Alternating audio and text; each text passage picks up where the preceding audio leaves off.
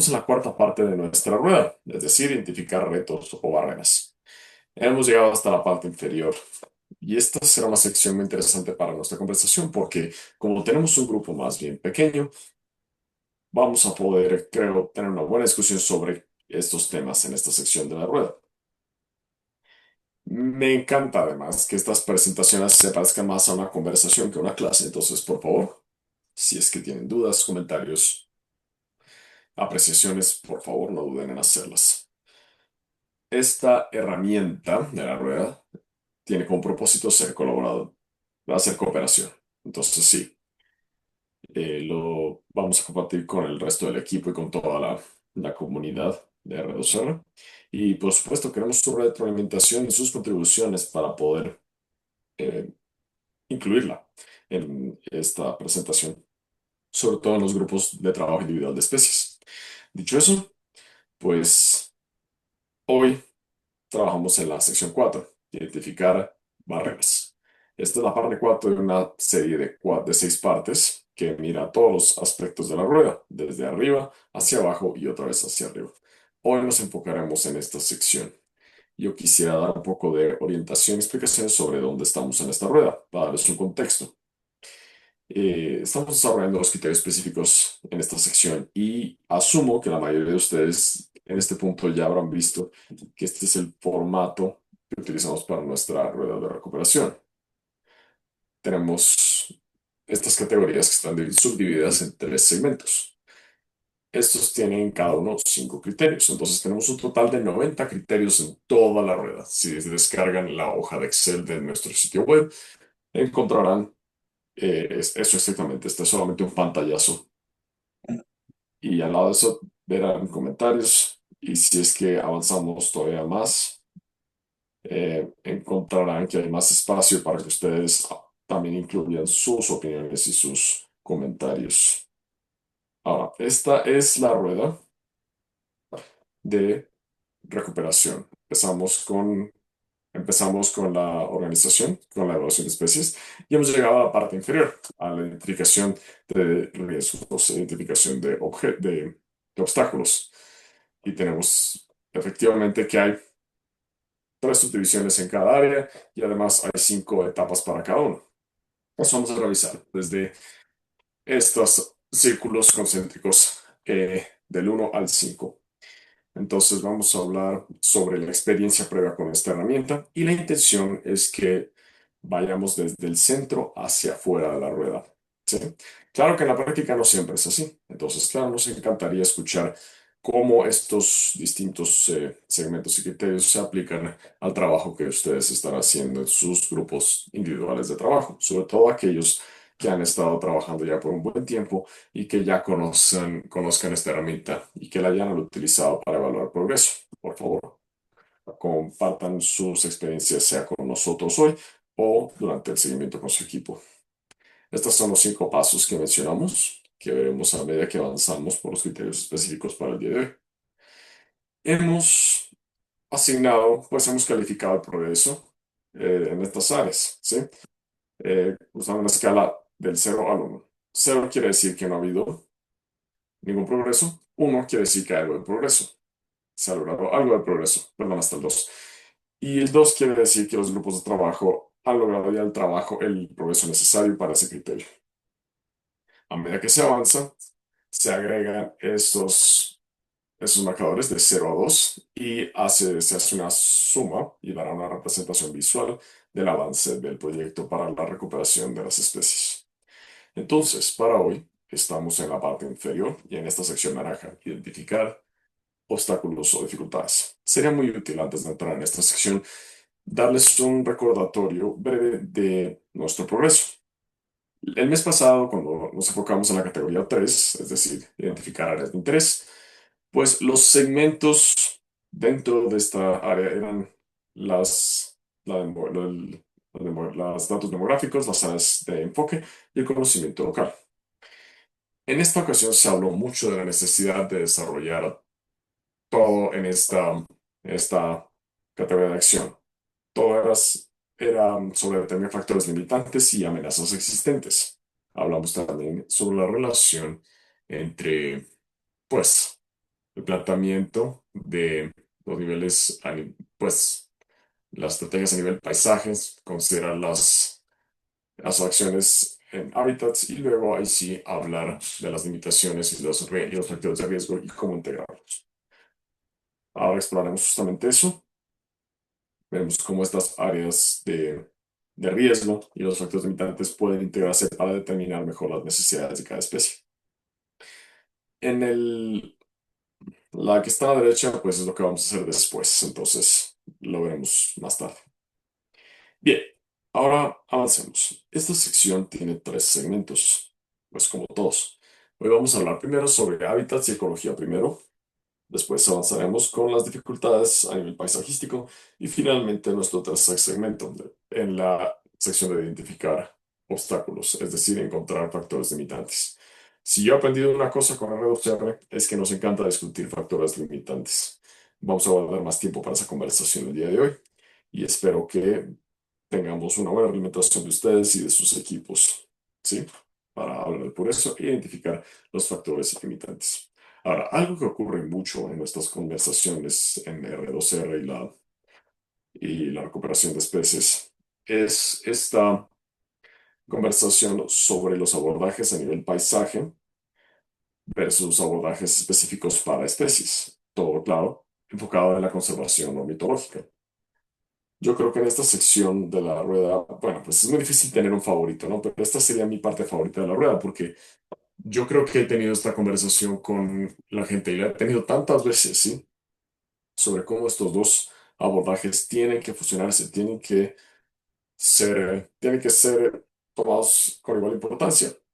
Yo no sé cómo se puede hacer una recuperación de una especie única si no hacemos algo en general en el paisaje. Entonces creo que nuestro enfoque intencional y directamente tiene que incluir las dos cosas. Esta sección de la rueda realmente aplica los preceptos de este discurso sobre cómo estos abordajes pueden integrarse y de hecho informar el uno al otro. Antes de entrar en los criterios, entonces, eh, yo quería quería hacer una orientación rápida sobre la terminología que vamos a utilizar y pues que hemos escogido para describir los criterios bajo la rueda. Igual que la vez pasada con la sección 3, la terminología que estamos escogiendo, pues reconocemos que se utilizan estos términos de forma distinta de todas nuestras conversaciones y las relaciones pueden describirse de muchas formas. Esta orientación tiene como propósito dar contexto a cómo se usan estos términos en esta conversación y cómo se aplican a los criterios en esta parte de la rueda. Pero si su grupo de trabajo está abordando estos términos de una forma distinta, creo que eso sería muy bueno para que nosotros sepamos y para que discutamos el día de hoy. Entonces, a nivel paisaje y a escala de paisaje, en la rueda, en este punto, nos estamos enfocando en amenazas, ¿sí? Amenazas a nivel paisajístico regional. ¿Y cuáles son las amenazas más importantes y cómo se enfoca sobre las especies y las necesidades de las mismas? La idea es poder tomar un resumen de estas amenazas y ahí sí enfocarnos en factores limitantes. La última vez que utilizamos este ejemplo, vimos que ese mismo ejemplo nos sirve para resaltar la relación que estamos utilizando dentro de la rueda, ¿sí? Pues la pérdida de hábitats, la pérdida de tierras verdes, sería la amenaza a nivel paisajística para estas especies. Y si lo pensamos más específicamente, enfocándonos en las áreas de interés que discutimos la vez pasada, uno, pues podemos tener pérdida de tierras verdes por varias razones. Entonces, cuando hablamos de factores limitantes para una especie, para tal cual especie, tenemos que discutir cuáles son las causas. Podríamos hablar de este criterio para conversión de tierras a agricultura, pérdida de tierra, y eso nos determina a qué nivel nos enfocamos y cómo esta amenaza es pertinente para este hábitat en particular. Un ejemplo de esa diferencia sería pensar en la pérdida de tierras verdes y de hábitats y pensar también en arraigamiento arbóreo en áreas donde sean más susceptibles a la depredación. Y eso nos permite encontrar factores limitantes para esa especie en particular. Esa esencialmente ha sido la relación que hemos encontrado entre estos dos componentes en la rueda. Y creo que sería bueno que lo apliquemos en nuestra conversación también a medida que examinamos los criterios. Perdona, quería hacer clic sobre este gorrioncillo. A mí me gustó mucho esta pintura. Bueno, entonces, hablemos ahora sí de los criterios para esta sección, empezando con hábitat y ecología. Bien, eh, cuando hablamos del diseño de este foro, fue con la intención de, pues, utilizar estas regrabaciones de tiempo con los grupos de trabajo para calificar a las especies, ¿sí? Entonces, si nos fijamos en los criterios con esta mentalidad y nos aseguramos de que estén bien aplicados los criterios a las especies, y quizás si ahora nos pueden definir sobre cómo deberíamos cambiar nuestro abordaje, que también se ajusta a su especie. Hábitat y ecología. Aquí nos fijamos en los hábitats de apareamiento y hábitats sin apareamiento. Estamos empezando con una que sería la parte interna del círculo en la rueda, ¿verdad? Y estamos avanzando hacia el 5, o sea, la parte más externa del círculo. De nuevo, con el reconocimiento de que hemos diseñado estas de una forma en la que pensamos que era progresivo, con el reconocimiento de que no siempre funcione así. Entonces, hemos visto muchos criterios y luego avanzamos con los sobre el tercero de criterios. Ahora, cuando hablamos de hábitat y ecología, la última vez hablamos de paisajes más amplios. Ahora estamos hablando de la escala del hábitat. Y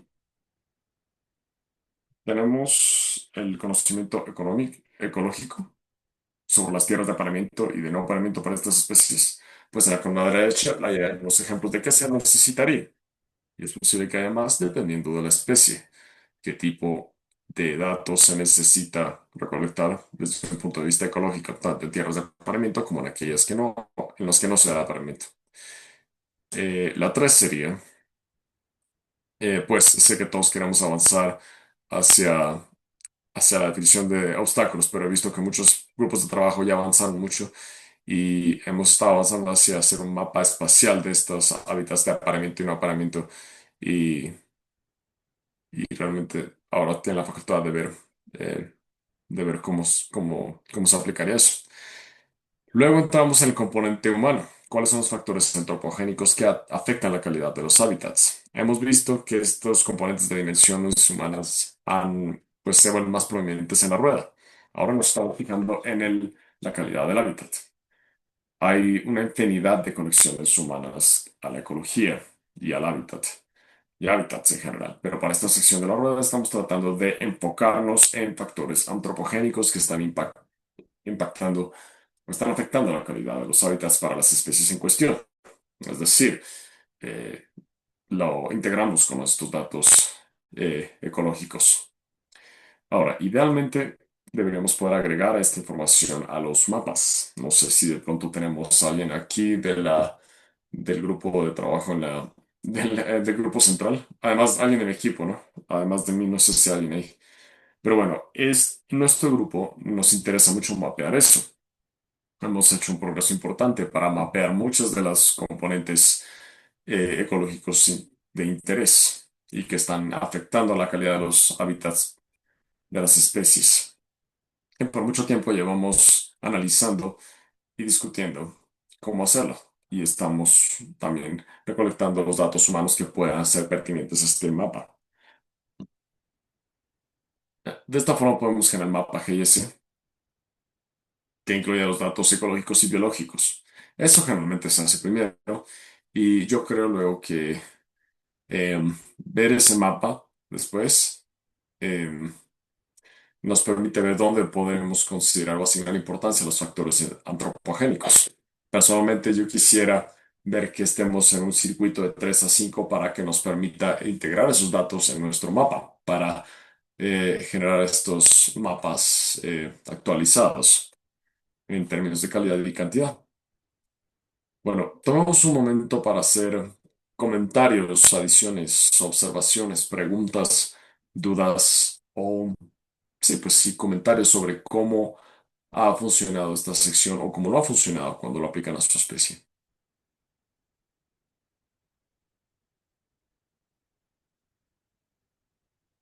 Bien, me avisan, me detienen si es que hace falta. Yo creo que en los siguientes dos sí hablamos de más discusión, porque ahí sí hablaremos de las amenazas y los favoritos, los factores limitantes. Entonces, obstáculos paisajísticos. En negrita verán las amenazas. Sí, esta sección se enfoca en las amenazas. Sí, el enfoque aquí es identificar amenazas y estamos avanzando para poder pensar en cómo todas estas amenazas se combinan y priorizar aquellas que son más importantes para la especie y, y ver qué trabajo está haciendo. Entonces, empezamos arriba, ¿no? En el centro de la rueda, ¿sí?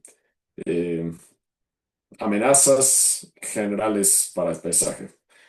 Primero, durante la temporada de apareamiento y la temporada de no apareamiento es el número dos. Ahora, este mapa ha sido útil para varios grupos, ¿no? Han utilizado un abordaje con estándares de conservación y eso ha ayudado a identificar efectivamente las amenazas. Y estas son las amenazas más importantes, ¿no? La pérdida de hábitat, como habíamos dicho, la urbanización, conversión del hábitat para, pues, conversión a pastizales, a agricultura o lo que fuera. Ahora, depende también de dónde se encuentra, pero estamos pensando esto a nivel amplio, a nivel regional. Y luego, una vez que hayamos identificado cómo son esas amenazas, vemos que efectivamente puede haber muchos que afectan a la especie. Como decimos, avanzamos con la parte de priorización, pero nos permite también identificar cómo son estas amenazas. También buscar los factores socioeconómicos que promueven estas amenazas. En la sección de ecología estábamos considerando factores antropogénicos que afectan la calidad del agua y para la calidad del hábitat. Aquí estamos considerando las amenazas de una forma más general y aquí estamos pensando en cuáles son los promotores finales de cada una de estas amenazas. Ahora, esta no es una pregunta fácil de responder. Es más, ni siquiera creo que esto merece una exploración independiente en este tema. Hay muchísimo conocimiento de ciencias sociales y valores que pues guían este trabajo sobre las amenazas, como la conversión de hábitat, pues el hábitat, la degradación del hábitat, perdón, la conversión de tierras y demás. Pero se trata de entender desde una perspectiva del factor promotor, cuáles son las actividades humanas que promueven esto y pues sean, por supuesto, instrumentales para desarrollar una estrategia. Es importante también que se incluya la percepción de la gente sobre estas amenazas, es muy importante. La percepción de las personas sobre su capacidad de cambiar comportamientos es también muy importante. Se ha hablado mucho sobre el cambio comportamental en la conservación. También la capacidad percibida de cambiar un comportamiento. Esa, en mi opinión, es igual de importante. Si la gente cree que no es capaz de actuar acorde al principio de conservación, eso realmente puede hacer una gran diferencia. Y finalmente, los componentes psicológicos dentro de una comunidad. Esto es algo que yo creo que sería muy interesante explorar, sea con un proyecto de investigación en relación con algunas especies con las que están trabajando, pero de todos modos existe muchísima literatura y conocimiento sobre el tema. Si podemos identificar las comunidades y definir de qué estamos hablando en cuanto a los tipos de amenazas y más específicamente dónde. En ese punto ya podemos desarrollar un gran cuerpo de conocimientos sobre las comunidades que desarrollan estas áreas y pensar también qué trabajo se ha hecho para comprender los promotores de estas amenazas. Luego avanzamos para ver las amenazas que hemos identificado, combinarlas y priorizarlas. De nuevo, los procesos que se pueden utilizar en en este esfuerzo, y eso también está en negrita, porque hay una de las cosas que me parece más interesante y más importante en aplicar en el tema de conservación es comprender la factibilidad basándonos en estos componentes de la dimensión humana. Es decir, es una cosa poder priorizar las amenazas y eso lo podemos hacer de forma hipotética, en un paisaje hipotético, ¿sí? Pero no trabajamos en un campo hipotético, trabajamos en paisajes actuales y reales y muy complejos que requieren muchísimos componentes humanos. Entonces, pensando en cuáles son esos componentes humanos y qué tan factible es cambiarlo, esa es una parte muy importante del proceso de priorización cuando hablamos de amenazas. Entonces, yo creo que podemos trabajar en teoría y simultáneamente en la realidad, es decir, haciendo conservación del campo y enfocarnos desde una perspectiva de las especies, cuáles son las amenazas más importantes y luego ahí sí alimentar el análisis a partir de los componentes humanos y ver cuál de estas acciones, cuál estrategia será la más factible, porque pues yo creo que eso nos guarda mucho tiempo, mucha energía y recursos también si podemos apoyarnos en todo el conocimiento existente para eso. El número 5 para los retos paisajísticos es mirarlos para identificarlos y así como las alianzas que hemos identificado anteriormente, donde si es preguntar si es que hubo algún esfuerzo persistente para resolver esta amenaza. Y pues pensamos de esto por fuera de los esfuerzos específicos de especie. Es decir, si una de las amenazas es la urbanización, ciertamente esto va a impactar enormemente muchos componentes ecológicos. Eso incluye aves y mucho más que las aves, de hecho.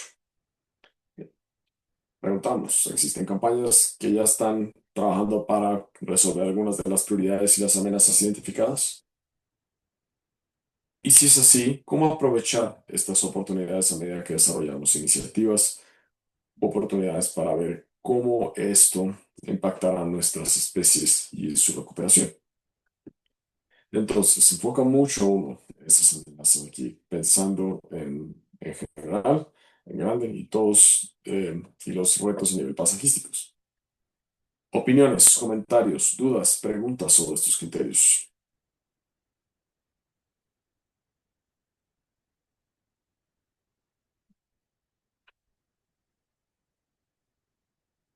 Sí, Katie, muy, muy buen trabajo explicando todo esto. Usted ya lo hizo muy bien, pero sí quiero enfatizar. Debido a que trabajamos con grupos de trabajo que se enfocan en especies únicas, no se puede esperar que cada grupo de trabajo pueda analizar estas amenazas grandes, ¿no? Entonces hay que enfatizar el hecho de que las alianzas con personas, con gente que ya está trabajando a nivel paisajístico en general es muy importante. Entonces el análisis es que, pues bueno, a veces es difícil entender y comprender quiénes son los actores más grandes y más importantes que están tratando de hacer más por reverdecer el hábitat. ¿Quiénes son los que están dedicándose a a estabilizar el paisaje para prevenir erosión o derrumbes, etcétera, etcétera? Quizás hay un programa de reforestación al que se está aplicando. Tal vez podamos apoyarnos en ese programa para tener un impacto sobre las especies de árboles que se están utilizando, por ejemplo, u otros que ni siquiera, otros esfuerzos de reforestación que ni siquiera piensan en las aves. Es decir, asegurarnos de que pensemos todo eso nos facilita mucho la vida. De manera que no todos los grupos tienen que hacer las mismas acciones a gran escala. Eso es muy importante. Muchas gracias por mencionar eso. Sí, muchas gracias. Ese es un punto muy importante, creo yo. Muchos de los grupos de trabajo han hecho un excelente trabajo en ese sentido. Por favor, si tienen algún ejemplo, nos cuentan. Ken, por favor. Sí, solo para seguir desarrollando eso. A lo mejor me estoy adelantando a su próxima sección, Katie, pero en mi experiencia, y yo creo que usted dijo esto, ¿no? Muchos grupos ya han hecho este análisis de amenazas generales y no necesariamente son específicos para las especies. Una de las grandes dificultades cuando pensamos en especies particulares, y pues de eso se dedican los grupos de trabajo, ciertamente es hacer esa gran traducción, ¿no? De las amenazas generales a cómo afectan nuestras especies particulares, porque cada especie tiene una respuesta distinta a esas amenazas.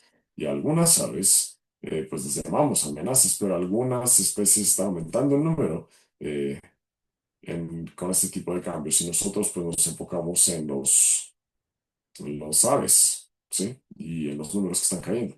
Entonces, ¿qué exactamente es lo que está afectando? ¿Qué es lo que está afectando a la especie particularmente? Como los ejemplos que usted dio. Y Tom dijo esto también, ¿sí? Que no todo grupo de trabajo tendrá la capacidad de lidiar con urbanización o ese tipo de amenazas. Pero la parte clave es comprender cómo cada declive en la población de especies se relaciona con esta amenaza. Y creo que eso ya nos lleva a definir mejor el factor limitante. De todos modos, creo que habrá algo de confusión todavía en cuanto a la parte de planificación en conservación de aves y estos análisis generales de amenazas. Pero, ¿por qué seguimos viendo esta reducción en poblaciones de especies? ¿Y qué podemos hacer al respecto con estas amenazas? Creo que este será un paso clave en este proceso.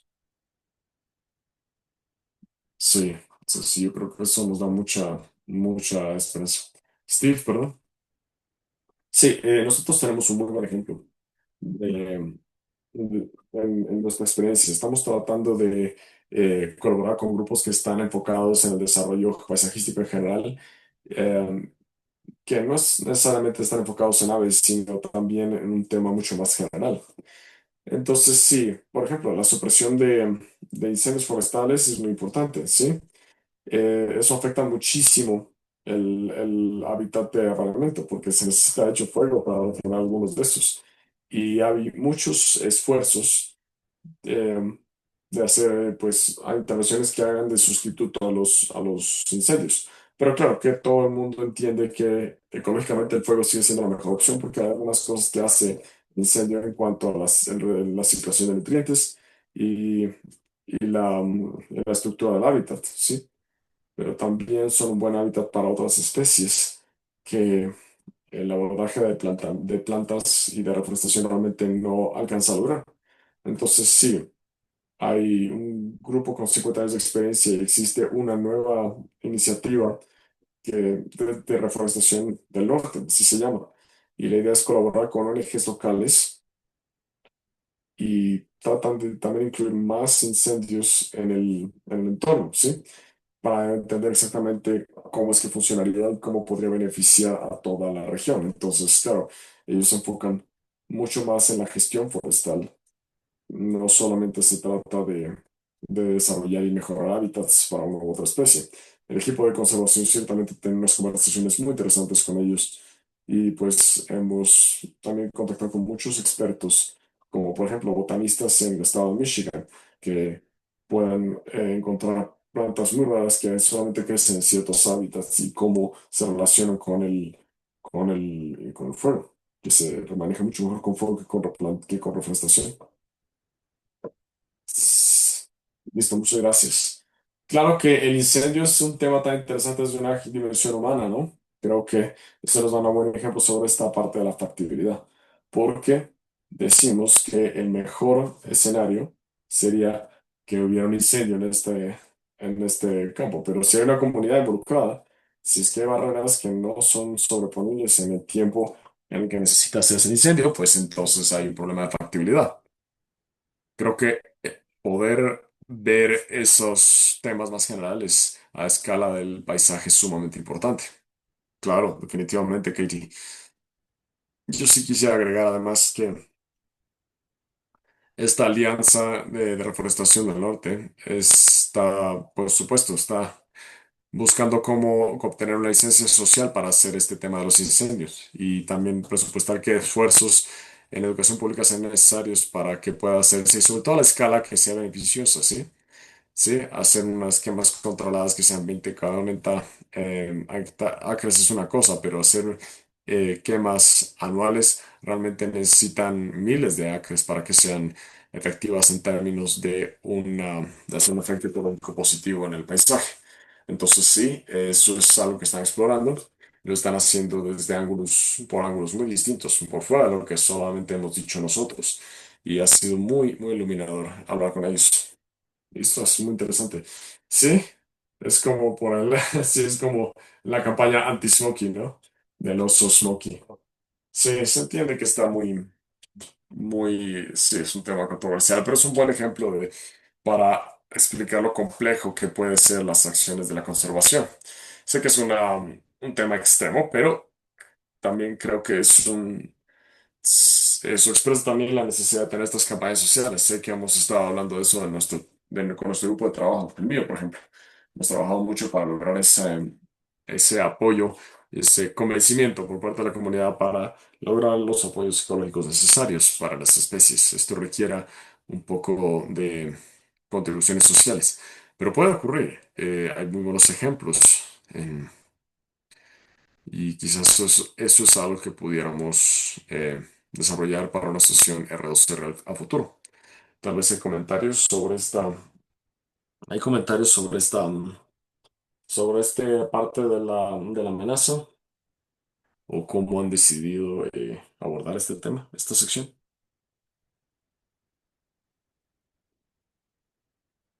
Ahora, la otra parte que yo quisiera resaltar antes de avanzar y mencionamos a medida que cerramos esta serie, está la rueda, pero esta rueda de recuperación no se ha diseñado para es tener solamente, hacerse una sola vez en el proceso. Se supone que es iterativa, se debe utilizar progresivamente periódicamente para evaluar el progreso. Y claro, a medida que cambia el paisaje, cambian las amenazas, ¿sí? Esta es una sección que yo creo que es muy importante que revisitemos y redirijamos después.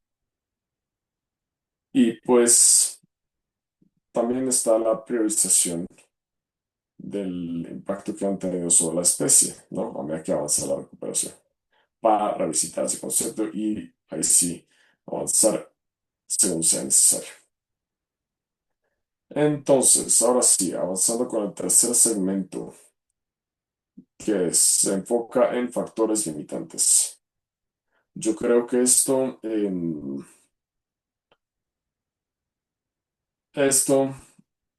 nos permite avanzar pensando en estas amenazas. Y digamos que hemos encontrado estas a nivel particular. Pero, ¿qué ocurre con esta amenaza que es tan importante para la recuperación de este ave en particular? ¿Y cómo podemos realmente entender qué es eso, cuándo es eso y dónde está para identificar estos factores limitantes? Entonces, esta sección, a medida que avanzamos con esta sección habla del refinamiento de esta amenaza como para ahí sí entrar en el análisis de factores limitantes. Y la idea es que se sientan confiados con esta identificación. Empezando con uno, vemos el análisis de amenazas que ya ocurrió en la primera sección y nos enfocamos en las áreas que hemos enfocado en la categoría de acción 3. ¿Sí? Hemos hablado de eso antes, pero si es que no lo tienen, pueden revisar los criterios para áreas de interés. Pero sí, esto realmente se concentra en dónde tenemos que realizar las acciones para la recuperación y pensar luego y sí, cómo todas estas cosas ocurren para poder pues teorizar sobre el factor limitante. Y esa es la segunda parte del componente para cada especie. Entonces sí, poder avanzar para decir, bueno, no es solamente la pérdida de hábitat, es específicamente este tipo de arraigamiento de madera o de leñoso, perdón. O no es solamente la urbanización, sino el ritmo de la urbanización que no permite a las especies adaptarse. Estamos tratando de refinar esta amenaza más específicamente para la especie en cuestión. Y después la tercera, una vez que tenemos esta hipótesis de qué factores limitantes potencialmente podemos tener para la especie, nos fijamos en las piezas socioeconómicas, la parte socioeconómica. Entonces, primero vemos la factibilidad de las acciones y los factores antropogénicos que influyen sobre ellos, o sea, el hábitat y la ecología. Hablamos que Entonces, al traer todo eso a colación, podemos hablar de cuáles son los componentes humanos que conforman esta amenaza particular, que son más relevantes para esta especie. Entonces, eso sí nos indica en qué nos estamos enfocando y cómo lo hacemos. Si es que es el ritmo de urbanización a partir en un paisaje particular, determinar cuáles son los promotores de la urbanización, por qué está pasando tan rápido. Tal vez un factor económico, incluye cambios en la forma de vida en esa área. Se trata de gente que está cambiando, de gente que se está mudando. Es decir, hablar de qué paisaje está cambiando y por qué. Y los componentes, y luego relacionar esta amenaza específica y los factores limitantes y cómo son, y luego entender cómo afectar a la especie en cuestión, ¿sí? Y definir los factores limitantes de impacto para esta especie. Y finalmente, que se incluya el conocimiento tradicional local ecológico. Esto puede ser a través de socios en el campo, es decir, eso puede hacerse a través del conocimiento que existe en diferentes formatos. Eso incluye conocimiento publicado, pero también otras fuentes de conocimientos por parte de áreas focales que se han desarrollado en la sección anterior para esta especie. Pero, ¿qué se sabe finalmente? Porque hay mucha información que no se incluye en los formatos que hemos accedido a través de Google Scholar. Entonces, podemos pensar más en general y asegurarnos de que estamos accediendo a tanta información como se pueda por estas amenazas. Y luego, finalmente, el impacto que esto está teniendo sobre las especies en todos los componentes de este rango. Y creo que esto será más importante en partes en las que no habrá tanto conocimiento diseminado o publicado. Eso lo hacemos igual que con las primeras secciones en la rueda. Eso será crítico para tener acceso al conocimiento y poder comprender la información que se genera para este criterio de acá. Y luego, número 5, poder integrar esto también en la, en la matriz que sale de la rueda, ¿sí? Es decir, estaremos de acuerdo en que el factor delimitante se habrá definido, se habrá encontrado y se habrá analizado una escala que permite al grupo a empezar a desarrollar acciones de conservación y monitorear el impacto de esa acción sobre esta especie. Y podemos entonces avanzar con un, pues, que se evalúe el impacto y una vez estamos seguros de que esta implementación será útil, podemos avanzar porque estaremos seguros de haber encontrado la acción correcta. Y bueno, esa es nuestra sección de factores limitantes. Sé que todos tendrán opiniones y comentarios.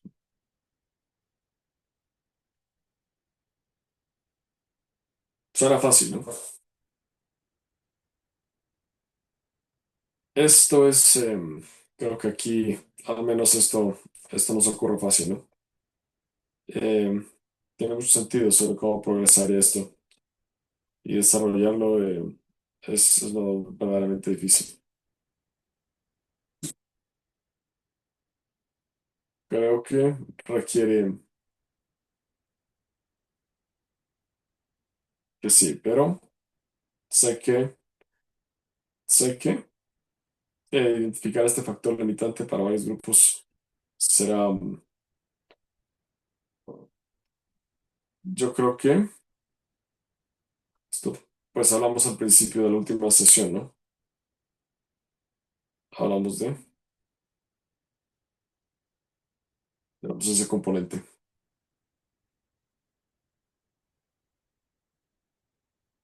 y las acciones correspondientes.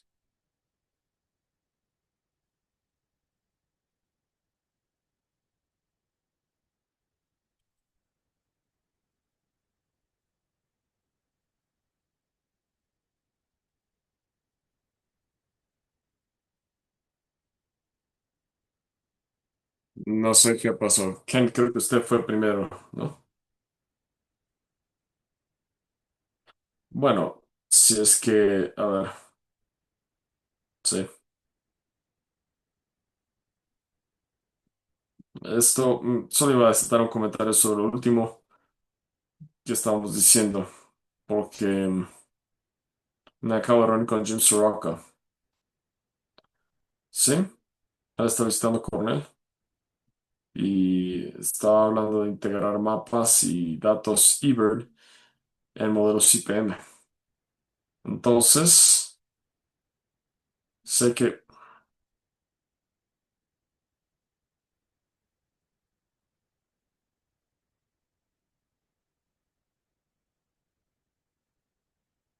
requiere muchísimos datos que no, con frecuencia no tenemos. Entonces, realmente no se trata solamente de cómo se hace, sino de dónde obtendremos los datos para una especie particular y datos demográficos en particular. Entonces, sí, hay,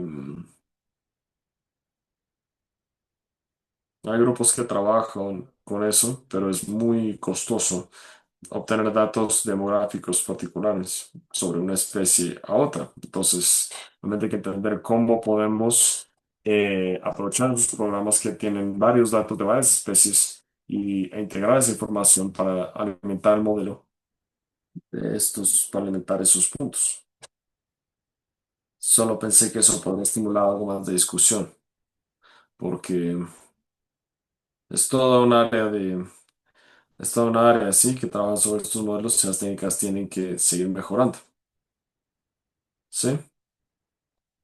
Y algunos quizá puedan comentar un poco sobre el tema. Sí, y nos interesaría mucho cómo ustedes que han,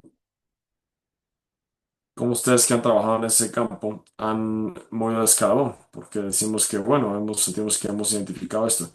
¿Y cuál es el nivel de datos que se necesitan? ¿O cómo están tomando la decisión?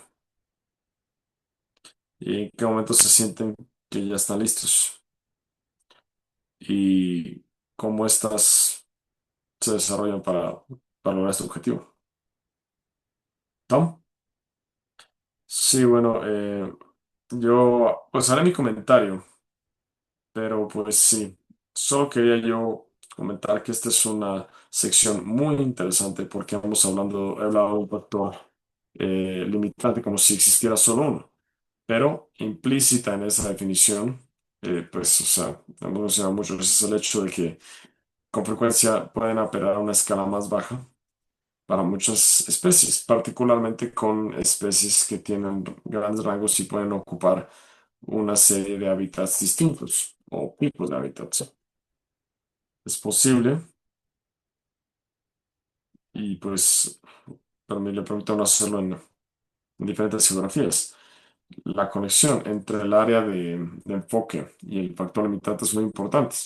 Los factores limitantes pueden ser distintos en varios lugares. Entonces, yo creo que es difícil identificar un factor limitante, pero reconocer el hecho de que pueden ser distintos y en diferentes partes de la geografía y pues las poblaciones dependiendo de las temporadas de apareamiento o no apareamiento, pues eso puede ser muy difícil.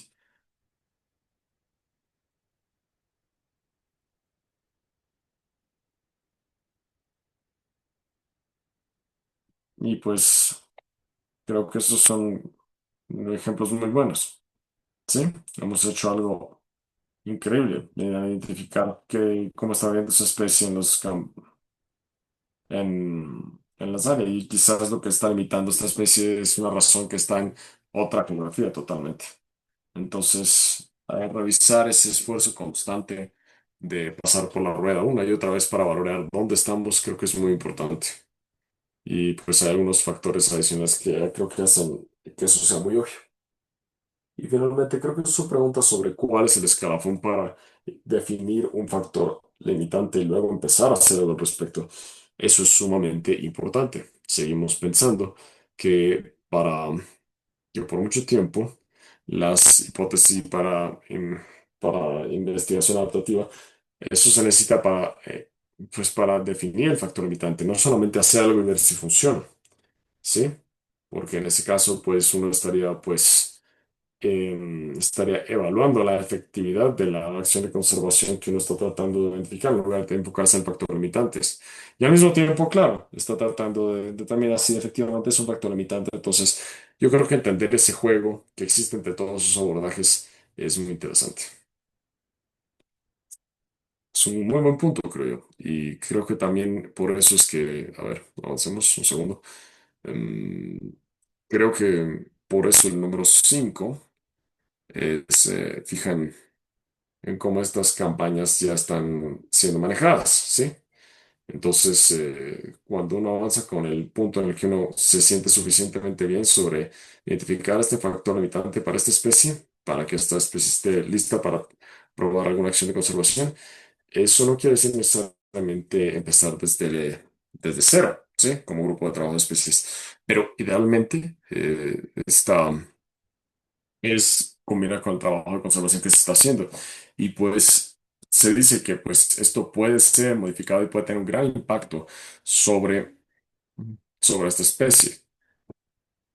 O alternativamente, quizás esta campaña podría expandirse para incluir X, Y y Z, no solamente las primeras dos. Y también conocer el trabajo que se está haciendo y de dónde, cuáles son las oportunidades para contribuir a eso. Eso también ahorra mucho tiempo, no necesita ahora uno desarrollar un proyecto completo. Y yo creo que poder operar de esa forma le permite a este abordaje adaptativo a ser mucho más factible, porque estamos conservando los recursos mucho más, ¿no? Y permite ahí sí tener alianzas, colaboraciones y por supuesto permite más flexibilidad.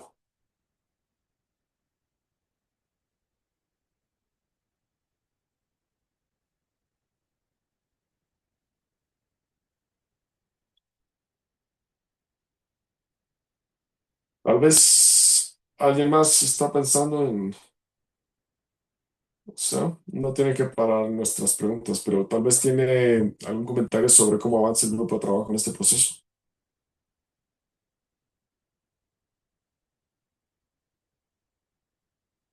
Yo creo que una de nuestras metas con la progresión de esta rueda es es que sin un plan y sin un plan integrativo integral de conservación que incluya a todos los componentes, incluida la humana, el componente humano, llegamos a un punto en el que tenemos los datos necesarios y uno se va a sentir muy bien sobre qué significan los datos y luego recién ahí empezar a considerar qué significan todas las otras partes y pensar que de esta forma podemos hacer el proceso más veloz. Y pues, y pues, mientras muchos están trabajando en los datos y hacen el trabajo duro, pues la definición se ha expandido. Y pues hay un subcomité que se enfoca en estas alianzas y todas estas otras cosas que están ocurriendo.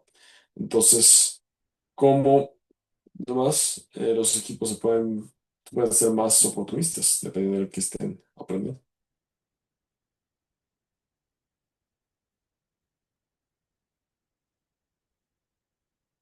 Entonces, avanzamos ahora, ¿sí? Y hasta aquí, en esto estaba yo pensando antes de venir. Hemos pensado muchas de estas cosas y hay muchos componentes y creo que hay muchos marcos de trabajo que ayudan a priorizar acciones, ¿sí? Y y una vez que estemos ahí, ¿cómo priorizar las decisiones? Hablamos de muchos factores, hablamos de la factibilidad, del componente de dimensiones humanas y me gusta mucho el concepto de factibilidad. También utilizo el, la factibilidad social, ¿sí? Es decir, uno tiene claro lo que uno quiere hacer desde un punto de vista de conservación, cómo identificar comunidades en las que esto funcionaría. Estas comunidades están bien desarrolladas sin ninguna capacidad adicional, ¿sí? Y, y dónde es que no lo están. Y si fuera así, ¿qué necesitan? ¿Y cómo hacemos esas valoraciones de esas valoraciones? Estamos aquí revisándolas poco a poco, pero estas pueden, estas pueden priorizar, por ejemplo, se puede priorizar determinando qué es lo que es más importante para las especies, es decir, qué acciones van a tener el mayor impacto y el más positivo para promocionar el crecimiento de la especie o evitar la reducción poblacional. Sí, vamos a pensar que la realidad de la conservación es que tenemos que ser oportunistas definitivamente y algunos de esos otros componentes a lo mejor afectan cuáles son las acciones de conservación que de hecho podemos tomar. ¿No? Y también se consideran como oportunidades y se exploran cooperaciones con organizaciones en campo que están abiertas a una colaboración. Quizás aproveche esa oportunidad a pesar de que quizás no hayamos llegado a ese umbral de certidumbre con los datos que quisiéramos tener, pero tenemos los datos, tenemos las oportunidades y los recursos. Yo creo que siempre el, el rol, el objetivo es tener esta capacidad de adaptación. Con muchas especies no tenemos el lujo de poder esperar. Entonces, ¿cómo tomar las decisiones? ¿Sí? Es decir, es decir, ¿en qué punto nos sentimos cómodos, pero en qué punto también nos sentimos con suficiente certeza de que de que es seguro continuar? Y también cómo los grupos han tomado esas decisiones y cómo se han adaptado. Eso podría ser de mucho beneficio para nuestra comunidad, para compartir y ver, porque todo esto es importante para este, para este, para este problema. Todos estos componentes entrarán en juego y creo que hemos pensado extensamente en Road to Recovery sobre cuáles son las piezas complementarias que podemos ofrecer para que avanzar con esta rueda. La vez pasada hablamos de el perfilamiento de áreas de interés y también tener algún formato de priorización también sería muy útil para compartir entre nosotros, como para decir, esto es lo que tenemos entonces, así decimos las cosas debido a estas situaciones y o factores. De esa forma, pues colectivamente podemos saber qué es lo que está funcionando en nuestra toma de decisiones.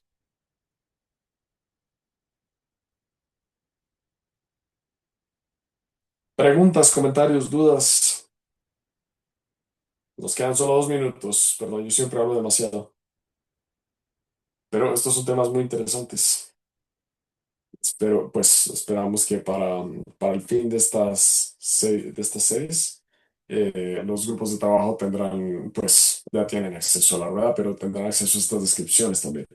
Y, y así grupos puedan trabajar con esta rueda. Creo que hay un beneficio colectivo muy importante si es que tenemos con qué comparar, ¿no? Y podemos avanzar a medida que avanzamos con esta rueda. Bueno. Sí dijimos que íbamos a volver a este tema y casi lo olvido, pero aquí está. Ahora avanzamos. La siguiente sección en junio será sobre la categoría de acciones 5 de la recuperación, perdón, hacer la estrategia de la recuperación. Ahí hablaremos de cómo todo este trabajo en las secciones 3 y 4 se ha hecho para ahí sí identificarlo, pues, cómo esta definición de factores limitantes pueden aplicarse en el desarrollo de la estrategia para la recuperación. Y creo que podemos avanzar con esa sección mientras que todavía seguimos trabajando en el resto y moviéndonos en ciclos a medida que tenemos más datos y más oportunidades. Entonces, hemos logrado las tareas para el día de hoy. Nuestra siguiente sesión será el 18 de junio. Será el mismo link que el de esta sesión. Todos recibirán recordatorios para esta y la siguiente, compartan con su grupo de trabajo y como siempre, si su grupo de trabajo ha ya utilizado esta red, nos encantaría ver una copia de eso. Si tienen sesiones documentadas y están utilizando la rueda y no les molesta que nos unamos a su sesión de trabajo, nos encantaría hacerlo para ver cómo se oyen estas ideas y que están discutiendo para nosotros también poder ajustar esto y pues desarrollar esto mejor para todos. Bueno. Son las 4 en punto. Cerramos la reunión entonces. Gracias a todos por venir. Tenemos cierto, nuestras noticias de R2R. Muchos habrán oído que estamos buscando un nuevo director ejecutivo. Estamos contratando, estamos buscando a alguien que pueda llenar esa posición de aquí en adelante. Ese perfil profesional está incluido en nuestro sitio web. Y pues desarrollamos nuestras series de webinar el mes siguiente, el 8 de junio. El link de registro está ahí generado. Gracias a todos. Qué bueno verlos.